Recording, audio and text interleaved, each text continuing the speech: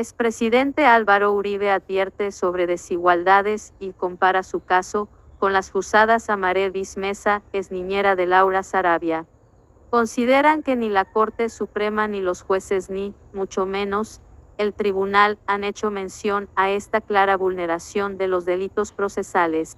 Casi una semana después de que la Sala Penal del Tribunal Superior de Bogotá dejara en firme, por unanimidad, el fallo que negó la preclusión de la investigación que se adelanta contra Álvaro Uribe Vélez, la defensa del expresidente prepara y evalúa una nueva estrategia para reclamar su protección de los derechos fundamentales, que ha considerado vulnerados durante la investigación por la presión a testigos. El abogado Jaime Granados Peña, quien hace parte del equipo de penalistas que representa al exmandatario, manifestó que no comparte varias de las conclusiones que emitió el pasado viernes el Tribunal Superior, entre estos, el hecho de que no se hiciera mención alguna a los cuestionamientos, por las interceptaciones que adelantó en su momento la Corte Suprema y en las que se registró una charla entre Uribe y el abogado Diego Cadena.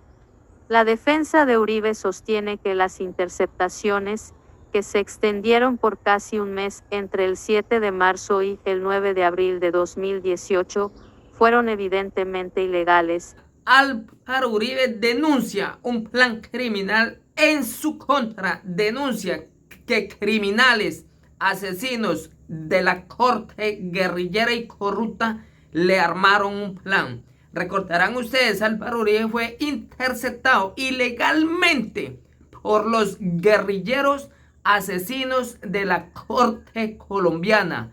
Estos criminales lo interceptaron ilegalmente. Denuncia ese plan criminal y dice que fue un plan, fue armado por la izquierda comunista para enviar a Álvaro Uribe preso. Lo interceptaron y nadie ha hecho nada. La fiscalía corrupta, porque la fiscalía sí es corrupta.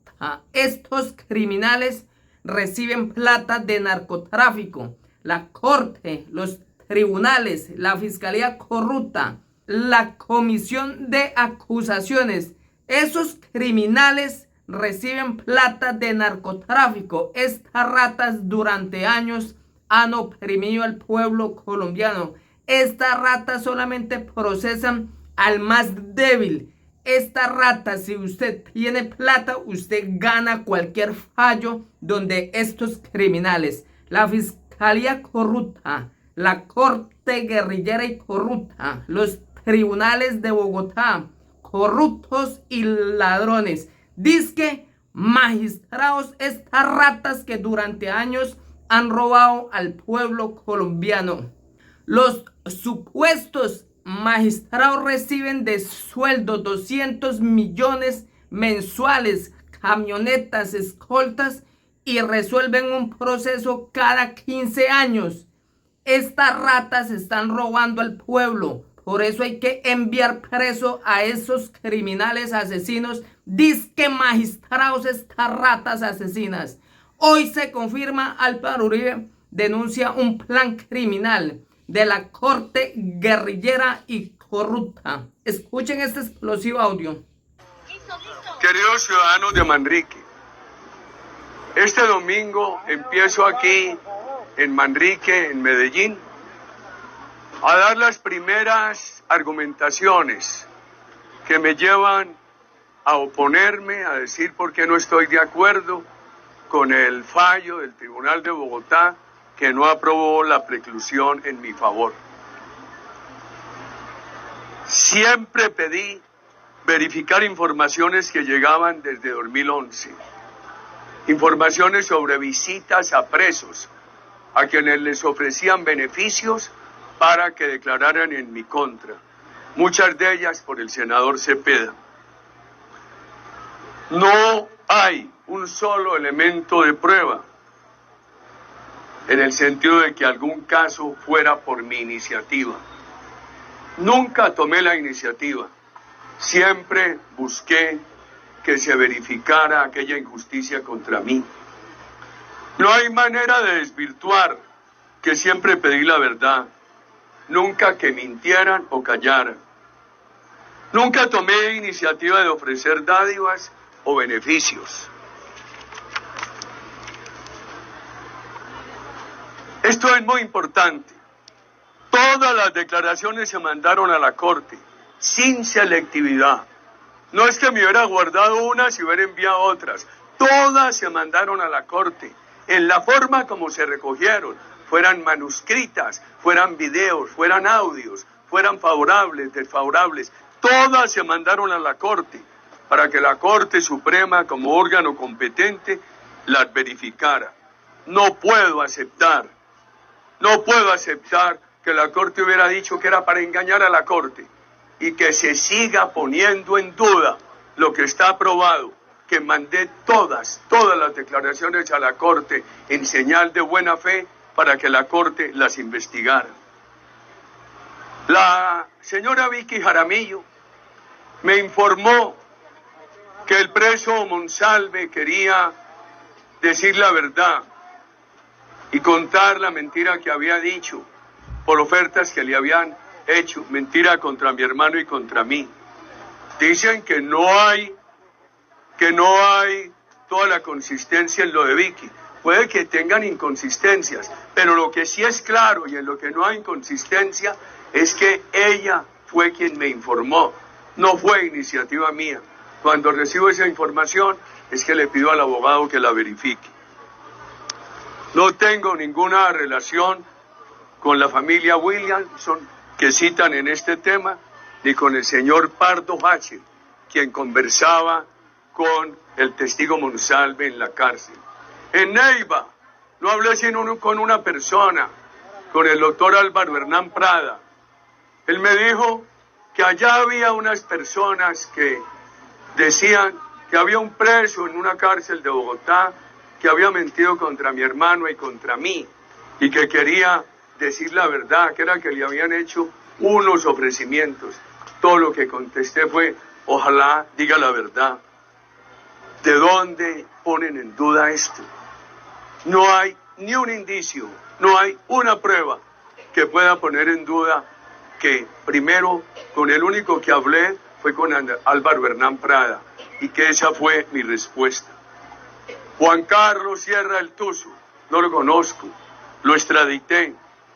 Roque Arizmendi y Juan Manuel Aguilar me informaron lo siguiente. Juan Manuel Aguilar estuvo en una cancha de fútbol de Miami en una ocasión cuando Juan Carlos Sierra el Tuzo informó que el senador Cepeda y la doctora Piedad Córdoba los habían visitado en una cárcel de Estados Unidos después de que los extradité a él y a otros como a Mancuso y que les habían ofrecido beneficios para que me acusaran. Y eso lo ha repetido este señor en la fiscalía, en medios de comunicación, etcétera, y todavía lo ponen en duda. La fiscal Hilda Niño estaba presa, una persona muy respetada en Boyacá. El doctor Hernando Torres Barrera me informó que en la familia de la doctora Hilda Niño le habían dicho que ella conocía de un complot en la fiscalía del doctor Montealegre contra mi hermano y contra mi persona. Por eso le pedí al doctor Diego Cadena que lo confirmara. ¿Cómo no lo iba a confirmar conociendo la animadversión del doctor Montealegre contra mi familia y contra mi persona? Nunca antes había hablado con el doctor Diego Cadena sobre la doctora Hilda Niño. ¿De dónde sale? Que pudo ser que yo ayude a que la trasladaran de cárcel. A ella la trasladaron de cárcel por una tutela. Era el gobierno de Santos. Yo estaba en la oposición. Jamás he pedido un traslado de cárcel, menos en el gobierno de Santos. No hay una sola prueba de que yo hubiera intervenido para que la trasladaran de sitio carcelario. Jamás ordené los pagos humanitarios. Eso está plenamente probado. El propio doctor Cadena ha reconocido que él me informó a mí año y medio después, y hay un testigo de toda credibilidad, el doctor Hernán Cadavid, representante a la Cámara. cómo ponen eso en duda. Sobre Hernán Cadavid diría lo siguiente: yo jamás he utilizado a un joven para delinquir. Los jóvenes que han trabajado conmigo en mi larga carrera pública, en mi larga carrera política, han recibido de mi persona buen ejemplo. En la cárcel de Boyacá, ¿cómo es que se llama esa cárcel? En la cárcel de Cómbita. También es claro cómo una abogada finalmente fue la que informó sobre unos presos que habían sido visitados por el doctor Cepeda y la doctora Arroyave, y que les pidieron una reunión que para hablar de unas fosas, y terminaron preguntando por Álvaro Uribe y ofreciendo beneficios. En las declaraciones de estos presos, después que se hizo la verificación, se mandaron en su totalidad a la Corte Suprema, y sin edición, tal como salieron de allá. Estaba yo un día en Pacho, Cundinamarca, y en la campaña del presidente Duque, y se apareció un joven al final de la manifestación y dijo: yo soy reinsertado. A mí me abordaron el doctor Iván Cepeda y otro para que hablara contra usted. Se le oyó inmediatamente y se le comunicó a la Corte. Eso era un sábado, llamé al doctor Jaime Granados. La Corte lo supo el mismo lunes. A él se le pidió una declaración sobre el tema, la dio. Por Dios, ¿cómo ponen en duda eso? Ahora, ¿qué puede haber en quienes estaban conmigo alguna inconsistencia del momento, del lugar, etcétera? Una reunión en un carro, él me abordó en la plaza, como cuando estábamos terminando la reunión, como que alguno de ustedes me abordara aquí y yo le dijera: camine, en el carro me explica. Así lo hicimos, y sobre eso no hay ninguna duda para que me nieguen la preclusión. Entonces, ¿qué pasa? Y con esto termino por hoy, porque voy a ir a todas las ciudades colombianas que pueda a dar el debate sobre este asunto, y voy a pedir espacio en las universidades para debatir con estudiantes y profesores sobre mi caso. Yo he hecho valer mi derecho a defender mi reputación, y han abusado de ese derecho para anularme mis derechos electorales, para pretender anularme mi libertad y ponerme a terminar mis años en una cárcel. Seguiremos en esta tarea y muchas gracias. Expresidente Álvaro Uribe advierte sobre desigualdades y compara su caso con las fusadas a María Mesa, ex niñera de Laura Sarabia. Consideran que ni la Corte Suprema ni los jueces ni, mucho menos, el tribunal han hecho mención a esta clara vulneración de los delitos procesales. Casi una semana después de que la Sala Penal del Tribunal Superior de Bogotá dejara en firme, por unanimidad, el fallo que negó la preclusión de la investigación que se adelanta contra Álvaro Uribe Vélez, la defensa del expresidente prepara y evalúa una nueva estrategia para reclamar su protección de los derechos fundamentales que ha considerado vulnerados durante la investigación por la presión a testigos. El abogado Jaime Granados Peña, quien hace parte del equipo de penalistas que representa al exmandatario, manifestó que no comparte varias de las conclusiones que emitió el pasado viernes el Tribunal Superior, entre estos, el hecho de que no se hiciera mención alguna a los cuestionamientos por las interceptaciones que adelantó en su momento la Corte Suprema y en las que se registró una charla entre Uribe y el abogado Diego Cadena. La defensa de Uribe sostiene que las interceptaciones, que se extendieron por casi un mes entre el 7 de marzo y el 9 de abril de 2018, fueron evidentemente ilegales, ya que se entregó información errónea sobre el titular de la línea, que iba a ser chuzada en medio de la investigación que se adelantaba contra el excongresista Nilton Córdoba Manioma. Pese a que el mismo alto tribunal, en voz del magistrado José Luis Barceló, advirtió sobre el error y se suspendió la interceptación, lo consignado en esa conversación entre Uribe y Cadena fue clave para que, en agosto de 2020, la Sala de Instrucción de la Corte Suprema de Justicia, en una decisión sin precedentes, ordenara la medida de aseguramiento en contra del expresidente.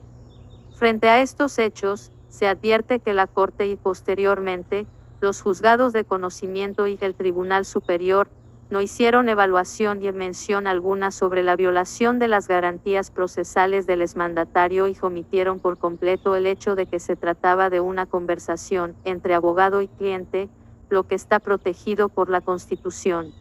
La defensa de Uribe reiteró que las autoridades judiciales no han actuado con el mismo rasero, citando el hecho de que, en poco tiempo, fueron identificados y judicializados los agentes de la policía y fiscalía que participaron en las interceptaciones ilegales a Marel Bismesa, quien fuera la niñera de Laura Sarabia, una de las funcionarias más cercanas del presidente Gustavo Petro. Sobre este caso, asegura que tiene más coincidencias de lo que se cree, porque también se manipuló la información para que las conversaciones de Marel Bismesa fueran interceptadas, vinculando su línea telefónica a una investigación que se adelantaba contra el temido Siopas, heredero de Otoniel en el Clan del Golfo. De esta forma, en agosto, 5 agentes de la SIJIN de la policía y un supuesto informante fueron vinculados a un proceso por los delitos de falsedad ideológica, fraude procesal y violación ilícita de comunicaciones. Los procesados fueron enviados a la cárcel por representar un peligro para la sociedad y el proceso en sí. El exmandatario comparó su caso con el de Marel Bismesa. De esta forma, reclaman que no se hayan tomado medidas efectivas frente a las interceptaciones ilegales que se adelantaron contra el exmandatario, pese a que tienen un modus operandi similar.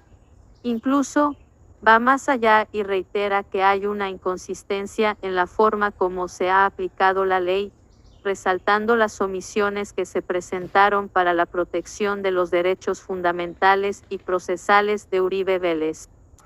En los próximos días, la Fiscalía General tomará una decisión frente al caso contra el exmandatario.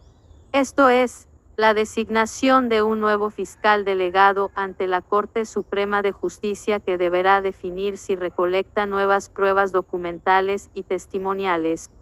De esta forma, podrá presentar una nueva solicitud de preclusión si considera que existen los elementos necesarios o, por el contrario, presentar el escrito de acusación llamado a juicio por los delitos de fraude procesal y soborno en actuación penal.